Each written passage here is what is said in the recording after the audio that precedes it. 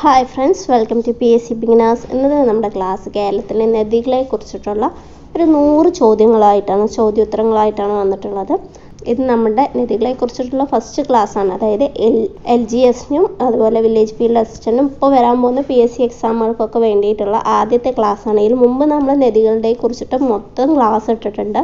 എന്നാൽ കൂടി നമ്മൾ പുതിയ എക്സാമുകൾ വരുന്നതിനനുസരിച്ച് വീണ്ടും ക്ലാസ്സുകൾ തന്നുകൊണ്ടേയിരിക്കുകയാണ്. അപ്പോൾ നമുക്ക് ക്ലാസ്സിലേക്ക് കിടക്കാം. കേരളത്തിലൂടെ ഒഴുകുന്ന നദികൾ ഉത്ഭവിക്കുന്നത് ഏത് പർവ്വതനിരയിൽ നിന്നാണ്? ഏത് നിരയിൽ നിന്നാണ് കേരളത്തിലൂടെ ഒഴുകുന്ന നദികൾ ഉത്ഭവിക്കുന്നത്? പശ്ചിമഘട്ടത്തിൽ നിന്നാണ് അല്ലേ? കേരള സർക്കാരിൻ്റെ മാനദണ്ഡ പ്രകാരം എത്ര കിലോമീറ്ററിലധികം നീളമുള്ള ജലപ്രവാഹങ്ങളെയാണ് നദികളായി കണക്കാക്കുന്നത്? 15 കിലോമീറ്ററിലധികം. അപ്പം നമുക്കറിയാം, നമ്മുടെ കേരളത്തിൽ 44 നദികളാണുള്ളത്. ആ 44 നദികൾ 41 എണ്ണം പടിഞ്ഞാറോട്ടും 3 എണ്ണം കിഴക്കോട്ടുമാണ് ഒഴുകുന്നത്. കിഴക്കോട്ട് ഒഴുകുന്ന ഏതൊക്കെയാണ്? കബനി, ഭവാനി, പാമ്പാർ എന്നിവയാണ് കിഴക്കോട്ട് ഒഴുകുന്ന നദികൾ എന്ന് പറഞ്ഞു. ബാക്കിയെല്ലാം അറബിക്കടലിൽ പതിക്കുന്നവയാണ് എന്ന് നമ്മൾ പറഞ്ഞു. നദികളായി കണക്കാക്കാനുള്ള മാനദണ്ഡം എന്താണെന്ന് ചോദിച്ചാൽ അതിന് 15 കിലോമീറ്ററിലധികം നീളം വേണം എന്നുള്ളതാണ്. ഇവയെല്ലാം ഉത്ഭവിക്കുന്നത് എവിടെ നിന്നാണ്? പശ്ചിമഘട്ടത്തിൽ നിന്നാണ്. അപ്പോൾ കേരളത്തിലെ നദികളുടെ എണ്ണം 44. കേരളത്തിലെ നദികളിൽ കിഴക്കോട്ട് ഒഴുകുന്ന നദികളുടെ എണ്ണം 3. കേരളത്തിലെ നദികളിൽ പടിഞ്ഞാറോട്ട് ഒഴുകുന്ന നദികളുടെ എണ്ണം എത്രയാണ്? 41. കേരളത്തിൽ കിഴക്കോട്ട് ഒഴുകുന്ന നദികൾ ഏതൊക്കെയാണ്? കബനി, ഭവാനി, പാമ്പാർ എന്നിവയാണ്. കബനി, ഭവാനി, പാമ്പാർ എന്നിവയാണ് കേരളത്തിൽ കിഴക്കോട്ട് ഒഴുകുന്ന നദികൾ. പൂർണ്ണമായും കേരളത്തിലൂടെ ഒഴുകുന്ന ഏറ്റവും നീളം കൂടിയ നദി ഏതാണ്? പെരിയാർ. പൂർണ്ണമായും കേരളത്തിലൂടെ ഒഴുകുന്നതായാലും കേരളത്തിലെ ഏറ്റവും നീളം കൂടിയ നദി, ഏറ്റവും കൂടുതൽ ജലവൈദ്യുത പദ്ധതികളുള്ള നദി എന്നിവയെല്ലാം ചോദിച്ചു പറഞ്ഞാൽ അത് ഏതാണ്? പെരിയാർ നദിയാണ്. പെരിയാർ നദിയുടെ നീളം നമ്മൾ പഠിച്ചു വെക്കണം. 244 കിലോമീറ്ററാണ് പെരിയാർ നദിയുടെ നീളം എന്ന് പറയുന്നത്.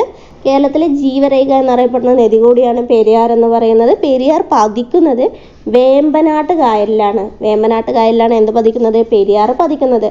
അർത്ഥശാസ്ത്രത്തിൽ പെരിയാറിനെ പരാമർശിച്ചിരിക്കുന്നത് എങ്ങനെയാണ്? ചൂർണി എന്നാണ് പരാമർശിച്ചിരിക്കുന്നത്. ഓക്കെ, നമുക്ക് വീണ്ടും നോക്കാം, ക്വസ്റ്റ്യൻസ് നോക്കാം. കേരളത്തിലെ ഏറ്റവും നീളം കുറഞ്ഞ നദി ഏതാണ്? മഞ്ചേശ്വരം പുഴയാണ്. അതിന് 16 കിലോമീറ്റർ മാത്രമാണ് നീളമുള്ളത്. അപ്പോൾ 15 കിലോമീറ്ററിൽ കൂടുതലുള്ളവയാണ് നമ്മൾ നദിയായി കണക്കാക്കുക. അപ്പോൾ ഏറ്റവും നീളം കുറഞ്ഞ നദി ഏതാണ്? മഞ്ചേശ്വരം പുഴയാണ്. ഏറ്റവും കൂടുതൽ ജലവൈദ്യുത പദ്ധതി സ്ഥിതി ചെയ്യുന്ന കേരളത്തിലെ നദി ഏതാണ്? അത് നമ്മൾ പറഞ്ഞു. ഏറ്റവും വലിയ നദിയായ പെരിയാറാണ്. 244 കിലോമീറ്ററാണ് അതിൻ്റെ നീളം. കേരളത്തിലെ ജീവരേഖ എന്നറിയപ്പെടുന്ന നദി ഏതാണ്? അതും പെരിയാറാണ്. പെരിയാർ പതിക്കുന്നത് എവിടെയാണ്? വേമ്പനാട്ട് കായലിലാണ്. അർത്ഥശാസ്ത്രത്തിൽ പെരിയാർ ഏത് പേരിലാണ് പരാമർശിച്ചിരിക്കുന്നത്? ചൂർണി എന്ന പേരിലാണ് പരാമർശിച്ചിരിക്കുന്നത്. മുതിരപ്പുഴ ഏത് നദിയുടെ പോഷക നദിയാണ്? മുതിരപ്പുഴ പെരിയാറിൻ്റെ പോഷക നദിയാണ്. എന്തെന്ന് പറയുന്നത്? മുതിരപ്പുഴ എന്ന് പറയുന്നത്. മുതിരപ്പുഴ എന്ന് പറയുന്ന ഏത് നദിയുടെ പോഷക നദിയാണ്? പെരിയാറിൻ്റെ പോഷക നദിയാണ്. പെരിയാറിൻ്റെ പോഷക നദികൾ വേറെ ഏതൊക്കെയാണ്? മുല്ലയാർ, മുതിരപ്പുഴ, ഇടമലയാർ, കട്ടപ്പനയാർ, ചെറുതോണിപ്പുഴ, പെരിഞ്ഞാൽകുട്ടിപ്പുഴ എന്നിവയൊക്കെയാണ് പെരിയാറിൻ്റെ പ്രധാന പോഷക നദികൾ എന്ന് പറയുന്നത്. കേരളത്തിലെ രണ്ടാമത്തെ നീളം കൂടിയ നദി ഏതാണ്? ഭാരതപ്പുഴയാണ് കേരളത്തിലെ രണ്ടാമത്തെ നീളം കൂടിയ നദി. ഭാരതപ്പുഴയുടെ നീളം എന്ന് പറയുന്നത് എത്രയാണ്? 209 കിലോമീറ്ററാണ് ഭാരതപ്പുഴയുടെ നീളം. ഭാരതപ്പുഴയുടെ ഉത്ഭവം എവിടെയാണ്? ആനമല. തമിഴ്നാട്ടിലെ ആനമലയിൽ നിന്നാണ് ഭാരതപ്പുഴയുടെ ഉത്ഭവം എന്ന് പറയുന്നത്. പാലക്കാട്, തൃശ്ശൂർ, മലപ്പുറം ജില്ലയിലൂടെയാണ് ഭാരതപ്പുഴ ഒഴുകുന്നത്. ഭാരതപ്പുഴയുടെ പേരുകളാണ് നിള, പേരാർ, പൊന്നാനിപ്പുഴ എന്ന് പറയുന്നത് ഭാരതപ്പുഴയുടെ മറ്റു പേരുകളാണ്. പ്രാചീന കാലത്ത് ഭാരതപ്പുഴ അറിയപ്പെട്ടിരുന്നത് ഏത് പേരിലാണ്? പേരാർ എന്നാണ്. അപ്പോൾ പ്രാചീന കാലത്ത് ഭാരതപ്പുഴ അറിയപ്പെട്ടിരുന്നത് പേരാർ എന്നാണ്. ഭാരതപ്പുഴയുടെ അഴിമുഖത്ത് സ്ഥിതി ചെയ്യുന്ന മത്സ്യബന്ധന തുറമുഖം ഏതാണ്? പൊന്നാനി തുറമുഖമാണ്. ഭാരതപ്പുഴയുടെ അഴിമുഖത്ത് സ്ഥിതി ചെയ്യുന്ന മത്സ്യബന്ധന തുറമുഖമാണ് പൊന്നാനി തുറമുഖം. ഭാരതപ്പുഴയുടെ ഉത്ഭവ സ്രോതസ് ഏതാണ്? ആനമലയാണ്. ഭാരതപ്പുഴയുടെ പ്രധാന പോഷക നദിയാണ് തിരൂർ നദി എന്ന് പറയുന്നത്. ഏതാണ് പ്രധാന പോഷക നദി? തിരൂർ നദിയാണ് ഭാരതപ്പുഴയുടെ പ്രധാന പോഷക നദി എന്ന് പറയുന്നത്. ഭാരതപ്പുഴയുടെ പോഷക നദികൾ ഏതൊക്കെയാണ്? തൂതപ്പുഴ, കണ്ണാടിപ്പുഴ, കൽപ്പാത്തിപ്പുഴ, ഗായത്രിപ്പുഴ എന്നിവയാണ് ഭാരതപ്പുഴയുടെ പോഷക നദികൾ. ഭാരതപ്പുഴയുടെ പോഷക നദികൾ ഏതൊക്കെയാണ്? തൂതപ്പുഴ, കണ്ണാടിപ്പുഴ, കൽപ്പാത്തിപ്പുഴ, ഗായത്രിപ്പുഴ എന്നിവയാണ് ഭാരതപ്പുഴയുടെ പ്രധാന പോഷക നദികൾ എന്ന് പറയുന്നത്. ഈ തിരൂർ പുഴ എന്ന് പറയുന്നത് വള്ളിലപ്പുഴ എന്ന് അറിയപ്പെടുന്നുണ്ട്. ഇത് പൊന്നാനിക്ക് സമീപം ഭാരതപ്പുഴയിൽ ചേരുന്നത് കൂടിയാണ് ഈ തിരൂർ പുഴ എന്ന് പറയുന്നത്. ഭാരതപ്പുഴയുടെ പ്രധാന പോഷക നദി കൂടിയാണ് തിരൂർ നദി എന്ന് പറയുന്നത്. ഭാരതപ്പുഴയ്ക്ക് ശോകനാശിനി എന്ന പേര് നൽകിയത് ആരാണ്? എഴുത്തച്ഛനാണ്. ഭാരതപ്പുഴയ്ക്ക് ശോകനാശിനി എന്ന പേര് നൽകിയത് എഴുത്തച്ഛനാണ്. നിളയുടെ കഥാകാരൻ എന്നറിയപ്പെടുന്ന ആരാണ്? MT വാസുദേവൻ നായരാണ്. നിളയുടെ കവി എന്നറിയപ്പെടുന്നത് P കുഞ്ഞിരാമൻ നായരാണ്. കേരളത്തിലെ മൂന്നാമത്തെ നീളം കൂടിയ നദി ഏതാണ്? പമ്പ നദിയാണ് കേരളത്തിലെ മൂന്നാമത്തെ നീളം കൂടിയ നദി. അതിൻ്റെ നീളം എന്ന് പറയുന്നത് 176 കിലോമീറ്റർ ആണ്. ഇതിനെയാണ് ദക്ഷിണ ഭഗീരഥി എന്ന് വിളിക്കുന്നത്. അപ്പോൾ ദക്ഷിണ ഭഗീരഥി എന്ന് വിളിക്കുന്ന നദി ഏതാണ്? പമ്പയാണ്. ഇതിൻ്റെ ഉത്ഭവം പുളിച്ചിമല, ഇടുക്കിയിലെ പുളിച്ചിമലയിലാണ്. ഇടുക്കി, പത്തനംതിട്ട, ആലപ്പുഴ ജില്ലകളിലൂടെയാണ് ഈ പമ്പാ നദി ഒഴുകുന്നത്. അപ്പോൾ പമ്പാ നദിയുടെ ഉത്ഭവം എവിടെയാണ്? പീരുമേട്ടിലെ പുളിച്ചിമലയിലാണ് പമ്പാ നദിയുടെ ഉത്ഭവം. ശബരിമലയുമായി ബന്ധപ്പെട്ട ദക്ഷിണ ഗംഗ എന്നറിയപ്പെടുന്ന നദി ഏതാണ്? പമ്പയാണ്. പമ്പയുടെ ദാനം എന്നറിയപ്പെടുന്ന കേരളത്തിലെ പ്രദേശം ഏതാണ്? കുട്ടനാടാണ് പമ്പയുടെ ദാനം എന്നറിയപ്പെടുന്നത്. ദക്ഷിണ ഭഗീരഥി എന്ന് വിളിക്കുന്ന നദി ഏതാണ്? പമ്പാ നദിയാണ്. പമ്പാ നദിയാണ് ദക്ഷിണ ഭഗീരഥി എന്ന് വിളിക്കുന്നത്. കേരളത്തിലെ നദികളിൽ വലുപ്പത്തിൽ 4ാം സ്ഥാനമുള്ള നദി ഏതാണ്? ചാലിയാറാണ് 4ാം സ്ഥാനമുള്ള നദി. 169 കിലോമീറ്റർ ആണ് ചാലിയാറിൻ്റെ നീളം എന്ന് പറയുന്നത്. അപ്പോൾ പെരിയാറിൻ്റെ നീളം 244 കിലോമീറ്റർ ആണ്. ഭാരതപ്പുഴയുടെ നീളം 209 കിലോമീറ്റർ ആണ്. അപ്പോൾ 200-ന് മേലെ നീളമുള്ള 2 നദികളാണ് ഭാരതപ്പുഴയും പെരിയാറും. പിന്നെ പമ്പ, 3ാം സ്ഥാനമുള്ള പമ്പയുടെ നീളം എന്ന് പറയുന്നത് 176 കിലോമീറ്റർ ആണ്. ചാലിയാറിൻ്റെ നീളം എന്ന് പറയുന്നത് 169 കിലോമീറ്റർ ആണ്. ചാലിയാർ നദിയുടെ മറ്റൊരു പേരെന്താണ്? ചാലിയാർ നദിയുടെ മറ്റൊരു പേരാണ് ബേപ്പൂർ പുഴ എന്ന് പറയുന്നത്. ബേപ്പൂർ പുഴ എന്നറിയപ്പെടുന്നതും ചാലിയാർ നദിയാണ്. ഇത് ഉത്ഭവിക്കുന്നത് ഇളമ്പലേരി കുന്നുകളിൽ നിന്നാണ്. ഇത് ഒഴുകുന്ന ജില്ലകൾ മലപ്പുറം, കോഴിക്കോട്, വയനാട് എന്നീ ജില്ലകളിലൂടെയാണ് ഏതൊഴുകുന്നത്? ചാലിയാർ ഒഴുകുന്നത്. ചാലിയാർ പതിക്കുന്നത് അറബിക്കടലിലാണ്. ചാലിയാറിൻ്റെ പ്രധാന പോഷക നദികളാണ് ഇരവഴിഞ്ഞിപ്പുഴ, ചെറുപുഴ, കാഞ്ഞിരപ്പുഴ, കരിമ്പുഴ, കുതിരപ്പുഴ, കുറുവൻപുഴ, പാണ്ടിപ്പുഴ, നീർപ്പുഴ എന്നിവയെല്ലാം ചാലിയാറിൻ്റെ പ്രധാന പോഷക നദികളാണ്. കരിമ്പുഴ എന്ന് വിളിക്കപ്പെടുന്ന നദി ഏതാണ്? കടലുണ്ടിപ്പുഴയാണ്. കടലുണ്ടിപ്പുഴയാണ് കരിമ്പുഴ എന്ന് വിളിക്കപ്പെടുന്ന നദി. പമ്പയുടെ ഒരു പോഷക നദി ഏതാണ്? അച്ചൻകോവിലാറാണ്. നമ്മൾ പമ്പയുടെ പോഷക നദികൾ പറഞ്ഞില്ല അല്ലേ? പമ്പയുടെ പോഷക നദികൾ ഏതൊക്കെയാണ്? അച്ചൻകോവിലാർ, കക്കിയാറ്, കല്ലാറ്, മണിമലയാറ്, അഴുതയാർ എന്നിവയാണ് പമ്പയുടെ പ്രധാന പോഷക നദികൾ എന്ന് പറയുന്നത്. കല്ലടയാർ ഒഴുകുന്ന ജില്ലയാണ് കൊല്ലം. കൊല്ലത്തിലൂടെ ഒഴുകുന്ന നദിയാണ് കല്ലടയാർ എന്ന് പറയുന്നത്. മാമാങ്കം ഏത് നദിയുടെ തീരത്ത് വെച്ചായിരുന്നു നടന്നിരുന്നത്? ഭാരതപ്പുഴയുടെ തീരത്ത് വെച്ചായിരുന്നു മാമാങ്കം നടന്നിരുന്നത്. 3 പുഴകൾ സംഗമിച്ചുണ്ടാവുന്ന നദിയാണ് മൂവാറ്റുപുഴയാർ. ഏതൊക്കെ നദികളാണത്?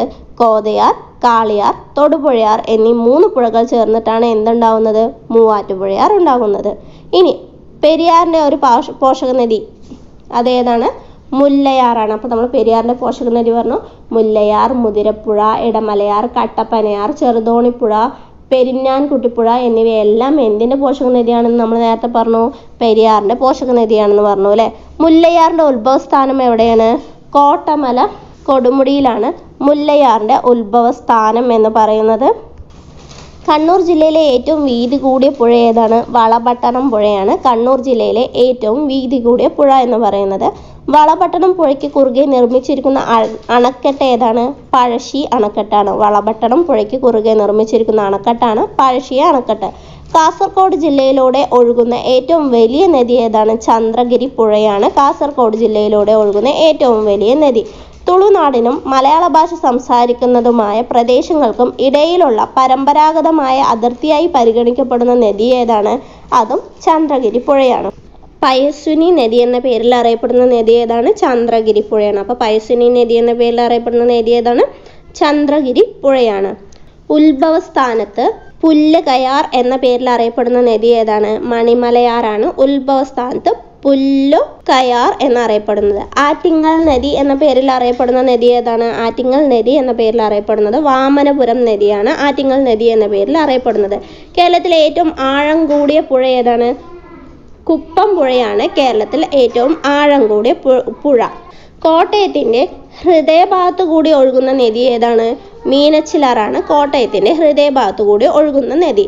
മീനച്ചിലയാറിൻ്റെ ഉത്ഭവസ്ഥാനം കുടമുരുട്ടി മലയിൽ നിന്നാണ് മീനച്ചിലയാറിൻ്റെ ഉത്ഭവ സ്ഥാനം. മന്ന നദി എന്ന പേരിൽ അറിയപ്പെടുന്ന നദി ഏതാണ്? കുറ്റ്യാടി പുഴയാണ് മന്ന നദി എന്ന പേരിൽ അറിയപ്പെടുന്ന നദി. കക്കയം ഡാം സ്ഥിതി ചെയ്യുന്ന നദി ഏതാണ്? കുറ്റ്യാടി പുഴയിൽ തന്നെയാണ് കക്കയം ഡാമും സ്ഥിതി ചെയ്യുന്നത്. കരമനയാർ ഏത് ജില്ലയിലൂടെ ഒഴുകുന്നു?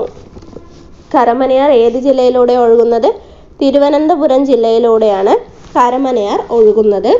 കർണാടകയിലെ ആനെഗുണ്ടി മലയിൽ നിന്ന് ഉത്ഭവിച്ച് കാസർഗോഡ് ജില്ലയിലൂടെ ഒഴുകുന്ന നദി ഏതാണ്? ശിരിയ നദിയാണ്. ഏത് നദിയാണ്? ശിരിയ നദിയാണ്. തേജസ്വിനി എന്നറിയപ്പെടുന്ന പുഴ ഏതാണ്? തേജസ്വിനി എന്നറിയപ്പെടുന്നത് കാര്യങ്കോട് പുഴയാണ്. കർണാടകത്തിലെ കൂർഗ് വനത്തിനുള്ളിലെ മലനിരകളിൽ ഉത്ഭവിക്കുന്ന നദി ഏതാണ്? കാര്യങ്കോട് പുഴ തന്നെയാണ്. കയ്യൂർ രക്തസാക്ഷി മണ്ഡപം ഏത് നദിയുടെ തീരത്താണ്? കാര്യങ്കോട് പുഴയുടെ തീരത്താണ് കയ്യൂർ രക്തസാക്ഷി മണ്ഡപം. കർണാടകയിലെ കൂർഗ് വനത്തിനുള്ളിൽ നിന്നാണ് ഇതിൻ്റെ ഉത്ഭവം. തേജസ്വിനി എന്നറിയപ്പെടുന്ന നദിയും കൂടിയാണ് ഏത്? കാര്യങ്കോട്ട് പുഴ എന്ന് പറയുന്നത്. പ്രശസ്തമായ വെള്ളിനെല്ലൂർ ശ്രീ രാമസ്വാമി ക്ഷേത്രം ഏത് നദിക്കരയിലാണ്? ഇത്തിക്കരയാറിലാണ് പ്രശസ്തമായ വെള്ളിനെല്ലൂർ ശ്രീ രാമസ്വാമി ക്ഷേത്രം സ്ഥിതി ചെയ്യുന്നത്. കേരളത്തിലെ ഏറ്റവും തെക്കേ അറ്റത്തുള്ള നദി ഏതാണ്? നെയ്യാറാണ് കേരളത്തിലെ ഏറ്റവും തെക്കേ അറ്റത്തുള്ള നദി. നെയ്യാർ നദിയുടെ ഉത്ഭവ കേന്ദ്രം ഏതാണ്? അഗസ്ത്യാർകൂടമാണ് നെയ്യാർ നദിയുടെ ഉത്ഭവ കേന്ദ്രം. മയ്യഴിപ്പുഴയുടെ മറ്റൊരു പേരെന്താണ്? മയ്യഴിപ്പുഴ അറിയപ്പെടുന്ന മറ്റൊരു പേരാണ് മാഹിപ്പുഴ എന്നത്. വണ്ണാത്തിപ്പുഴ എന്ന പേരിൽ അറിയപ്പെടുന്ന നദി ഏതാണ്? വണ്ണാത്തിപ്പുഴ എന്ന പേരിൽ അറിയപ്പെടുന്നത് പയ്യന്നൂർ പുഴയാണ്. പയ്യന്നൂർ പുഴയാണ് വണ്ണാത്തിപ്പുഴ എന്ന പേരിൽ അറിയപ്പെടുന്നത്. കാസർഗോഡ് ജില്ലയിലെ വീരകമ്പ കുന്നുകളിൽ നിന്ന് ഉത്ഭവിച്ച് അറബിക്കടലിൽ പതിക്കുന്ന നദി ഏതാണ്? ഉപ്പളപ്പുഴയാണ്. ഉപ്പളപ്പുഴയാണ് കാസർഗോഡ് ജില്ലയിലെ വീരകമ്പ കുന്നുകളിൽ നിന്ന് ഉത്ഭവിച്ച് അറബിക്കടലിൽ പതിക്കുന്ന നദി. പ്രസിദ്ധ വെള്ളച്ചാട്ടങ്ങളായ അതിരപ്പള്ളി, വാഴച്ചാൽ എന്നിവ ഏത് നദിയിലാണുള്ളത്? ചാലക്കുടി പുഴയിലാണ് ഉള്ളത്. ഏത്? അതിരപ്പള്ളിയും വാഴച്ചാലും. വിയ്യൂർ പുഴ എന്ന പേരിൽ അറിയപ്പെടുന്ന നദി ഏതാണ്? താണിക്കുടം പുഴയാണ് വിയ്യൂർ പുഴ എന്ന പേരിൽ അറിയപ്പെടുന്ന നദി. മച്ചാട്ട് മലയിൽ നിന്ന് ഉത്ഭവിക്കുന്ന നദി ഏതാണ്? മച്ചാട്ട് മലയിൽ നിന്ന് ഉത്ഭവിക്കുന്നത് കേച്ചേരി പുഴയാണ്. കേച്ചേരി പുഴയാണ് മച്ചാട്ട് മലയിൽ നിന്ന് ഉത്ഭവിക്കുന്നത്. കണ്ണൂർ ജില്ലയിലെ കുറ്റിമലയുടെ താഴ്വാരത്ത് നിന്ന് ഉത്ഭവിക്കുന്ന നദി ഏതാണ്? അഞ്ചരക്കണ്ണി പുഴയാണ്. കണ്ണൂർ ജില്ലയുടെ കുറ്റിമലയുടെ താഴ്വാരത്ത് നിന്ന് ഉത്ഭവിക്കുന്ന നദിയാണ് അഞ്ചരക്കണ്ണി പുഴ എന്ന് പറയുന്നത്. കാസർഗോഡ് ജില്ലയിലെ പശ്ചിമഘട്ടത്തിൽ നിന്നും ഉത്ഭവിക്കുന്ന പുഴ ഏതാണ്? നീലേശ്വരം പുഴയാണ് കാസർഗോഡ് ജില്ലയിലെ പശ്ചിമഘട്ടത്തിൽ നിന്നും ഉത്ഭവിക്കുന്ന പുഴ എന്ന് പറയുന്നത്. കൊടുമണിലെ കളരിത്തറക്കുന്ന് എന്ന പ്രദേശത്ത് നിന്ന് ഉത്ഭവിക്കുന്ന നദി ഏതാണ്? പള്ളിക്കൽ പുഴയാണ്. കൊടുമണിലെ കളരിത്തറക്കുന്ന് എന്ന പ്രദേശത്ത് നിന്ന് ഉത്ഭവിക്കുന്ന നദി. എലത്തൂർ പുഴ എന്നറിയപ്പെടുന്ന നദി ഏതാണ്? കോരപ്പുഴ. എലത്തൂർ പുഴ എന്നറിയപ്പെടുന്ന നദി കോരപ്പുഴയാണ്. മൊഗ്രാൽ പുഴ ഏത് ജില്ലയിലൂടെ ഒഴുകുന്ന നദിയാണ്? കാസർഗോഡ് ജില്ലയിലൂടെ ഒഴുകുന്ന നദിയാണ് മൊഗ്രാൽ പുഴ എന്ന് പറയുന്നത്. കേരളത്തിൽ ഏറ്റവും കൂടുതൽ നദികൾ ഒഴുകുന്ന ജില്ല ഏതാണ്? കാസർഗോഡിലൂടെയാണ് കേരളത്തിൽ ഏറ്റവും കൂടുതൽ നദികൾ ഒഴുകുന്നത്. കവായി പുഴ ഉത്ഭവിക്കുന്നത് എവിടെ നിന്നാണ്? കാസർഗോഡ് ജില്ലയിലെ ചീമേനി കുന്നിൽ നിന്നാണ് കവായി പുഴ ഉത്ഭവിക്കുന്നത്. തിരുവനന്തപുരത്തെ ആറ്റിങ്ങലിൻ്റെ ഒരു വശം മുഴുവൻ ചുറ്റപ്പെട്ട് കിടക്കുന്ന നദി. തിരുവനന്തപുരത്തെ ആറ്റിങ്ങലിൻ്റെ ഒരു വശം മുഴുവൻ ചുറ്റപ്പെട്ട് കിടക്കുന്ന നദിയാണ് മാമം പുഴ. കുയ്യാലിപ്പുഴയുടെ മറ്റൊരു പേരാണ് തലശ്ശേരി പുഴ എന്ന് പറയുന്നത്. അപ്പോൾ തലശ്ശേരി പുഴ, കുയ്യാലിപ്പുഴ എന്നൊക്കെ പറയുന്നത് എന്താണ്? ഒന്ന് തന്നെയാണ്. ലെപ്റ്റർമ, ബിജു എന്നീ നണ്ടുകൾ കാണപ്പെടുന്ന ഏക നദിയാണ് ചിത്താരിപ്പുഴ എന്ന് പറയുന്നത്. ലെപ്റ്റർമ, ബിജു എന്ന നണ്ടുകൾ കാണപ്പെടുന്ന ഏക നദിയാണ് ചിറ്റാരിപ്പുഴ എന്ന് പറയുന്നത്. തടി വ്യവസായ കേന്ദ്രമായ കല്ലായി സ്ഥിതി ചെയ്യുന്നത് ഏത് പുഴയുടെ തീരത്താണ്? കല്ലായി പുഴയുടെ തീരത്താണ്. കണ്ണൂരിലെ 19 കിലോമീറ്റർ മാത്രം നീളമുള്ള ഒരു നദിയുണ്ട്. ആ നദിയുടെ പേരെന്താണ്? രാമപുരം പുഴ എന്നാണ്. തെക്കൻ കേരളത്തിലെ ഏറ്റവും ചെറിയ നദി ഏതാണ്? അരിയൂർ നദിയാണ് തെക്കൻ കേരളത്തിലെ ഏറ്റവും ചെറിയ നദി. കേരളത്തിലെ ഏറ്റവും വടക്കേ അറ്റത്തെ നദി ഏതാണ്? മഞ്ചേശ്വരം പുഴയാണ് കേരളത്തിലെ ഏറ്റവും വടക്കേ അറ്റത്തെ നദി എന്ന് പറയുന്നത് ഏതാണ്? മഞ്ചേശ്വരം പുഴയാണ്. 16 കിലോമീറ്റർ മാത്രമാണ് മഞ്ചേശ്വരം പുഴയുടെ നീളം എന്ന് പറയുന്നത്. തലപ്പാടിപ്പുഴ എന്നും അറിയപ്പെടുന്ന പുഴയാണ് മഞ്ചേശ്വരം പുഴ. അതിൻ്റെ ഉത്ഭവം ബാലപ്പൂണി കുന്നുകളിൽ നിന്നാണ്. അത് കാസർഗോഡ് ജില്ലയിലൂടെ ഒഴുകുന്ന നദിയാണ് മഞ്ചേശ്വരം പുഴ എന്ന് പറയുന്നത്. പതിക്കുന്നത് ഉപ്പള കായലിലാണ്. കേരളത്തിൽ കിഴക്കോട്ട് ഒഴുകുന്ന 3 നദികളിൽ ഏറ്റവും വടക്കേ അറ്റത്തുള്ളത് കബനിയാണ്. കേരളത്തിൽ കിഴക്കോട്ട് ഒഴുകുന്ന 3 നദികളിൽ ഏറ്റവും വടക്കേ അറ്റത്തുള്ളത് കബനിയാണ്. കേരളത്തിൽ നിന്ന് ഉത്ഭവിച്ച് തമിഴ്നാട്ടിലേക്ക് ഒഴുകുന്ന ഒരു നദിയാണ് ഭവാനിപ്പുഴ എന്ന് പറയുന്നത്. ഭവാനിപ്പുഴയുടെ പോഷക നദിയാണ് ശിരുവാണി നദി എന്ന് പറയുന്നത്. ശിരുവാണി നദി ഏതിൻ്റെ പോഷക നദിയാണ്? ഭവാനിപ്പുഴയുടേതാണ്. പാമ്പാർ നദിയുടെ ഉത്ഭവം എവിടെ നിന്നാണ്? ഇടുക്കി ജില്ലയിലെ ദേവികുളത്ത് നിന്നാണ് പാമ്പാർ നദിയുടെ ഉത്ഭവം. തൂവാനം വെള്ളച്ചാട്ടം ഏത് നദിയിലാണ് സ്ഥിതി ചെയ്യുന്നത്? പാമ്പാർ നദിയിലാണ് തൂവാനം വെള്ളച്ചാട്ടം സ്ഥിതി ചെയ്യുന്നത്. ഇടുക്കി ജലവൈദ്യുത പദ്ധതിയിൽ നിന്ന് പുറത്തേക്ക് ഒഴുകുന്ന വെള്ളം ഏത് നദിയിലാണ് എത്തിച്ചേരുന്നത്? തൊടുപുഴയാറിലാണ് എത്തിച്ചേരുന്നത്. കേരളത്തിലെ ഏറ്റവും മലിനീകരണം കുറഞ്ഞ നദിയാണ് കുന്തിപ്പുഴ. 100 കിലോമീറ്റർ അധികമുള്ള എത്ര നദികളാണ് കേരളത്തിലുള്ളത്? 11 നദികളാണ് കേരളത്തിലുള്ളത്. സൈലന്റ് വാലിയിൽ കൂടി ഒഴുകുന്ന നദിയാണ് എന്തെന്ന് പറയുന്നത്? കുന്തിപ്പുഴ എന്ന് പറയുന്നത്. ഏറ്റവും മലിനീകരണം കുറഞ്ഞ പുഴ കൂടിയാണ് കുന്തിപ്പുഴ എന്ന് പറയുന്നത്. മൗര്യ സാമ്രാജ്യ സ്ഥാപകനായ ചന്ദ്രഗുപ്ത മൗര്യൻ്റെ പേരിൽ അറിയപ്പെടുന്ന നദിയാണ് ചന്ദ്രഗിരിപ്പുഴ എന്ന് പറയുന്നത്. അരുന്ധതി റോയുടെ the god of small things എന്ന നോവലിൽ പ്രതിപാദിപ്പിക്കുന്ന നദി ഏതാണ്? മീനച്ചിലാറാണ്. മൂന്നാറിൽ സംഗമിക്കുന്ന നദികളാണ് മുതിരപ്പുഴ, നല്ലതണ്ണി, കുണ്ടള എന്ന് പറയും. കുണ്ടള എന്ന് പറയുന്നത് മൂന്നാറിൽ സംഗമിക്കുന്ന നദികളാണ്. OV വിജയന്റെ ഗുരുസാഗരം എന്ന കൃതിയിൽ പരാമർശിക്കപ്പെടുന്ന നദി ഏതാണ്? തൂതപ്പുഴയാണ്. പൊറ്റേക്കാടിന്റെ നാടൻ പ്രേമം എന്ന കൃതിയിൽ പ്രതിപാദിച്ചിരിക്കുന്ന നദി ഇരുവഴിഞ്ഞിപ്പുഴയാണ്. ആദിശങ്കരന്റെ ജന്മം കൊണ്ട് പ്രസിദ്ധമായ കാലടി ഏത് നദീതീരത്താണ്? പെരിയാറിന്റെ നദീതീരത്താണ്. കേരള കലാമണ്ഡലം സ്ഥിതി ചെയ്യുന്നത് ഏത് നദിയുടെ തീരത്താണ്? ഭാരതപ്പുഴയുടെ തീരത്താണ്. ഭാരതപ്പുഴയുടെ തീരത്ത് സ്ഥിതി ചെയ്യുന്ന ഹിന്ദുക്കളുടെ വിശുദ്ധമായ ശ്മശാനം ഏതാണ്? തിരുവില്ലാമലയിലെ ഐവർ മഠമാണ്. അതുപോലെ മരാമൺ കൺവെൻഷൻ, ചെറുകോൽ പുഴ ഹിന്ദുമത കൺവെൻഷൻ, റാന്നി ഹിന്ദുമത കൺവെൻഷൻ എന്നിവ നടക്കുന്നത് ഏത് നദിയിലെ മണൽപ്പുറത്താണ്? പമ്പ നദിയിലെ മണൽപ്പുറത്താണ്. ആറന്മുള വള്ളംകളി നടക്കുന്നത് എവിടെയാണ്? പമ്പ നദിയിലാണ് ആറന്മുള വള്ളംകളി നടക്കുന്നത്.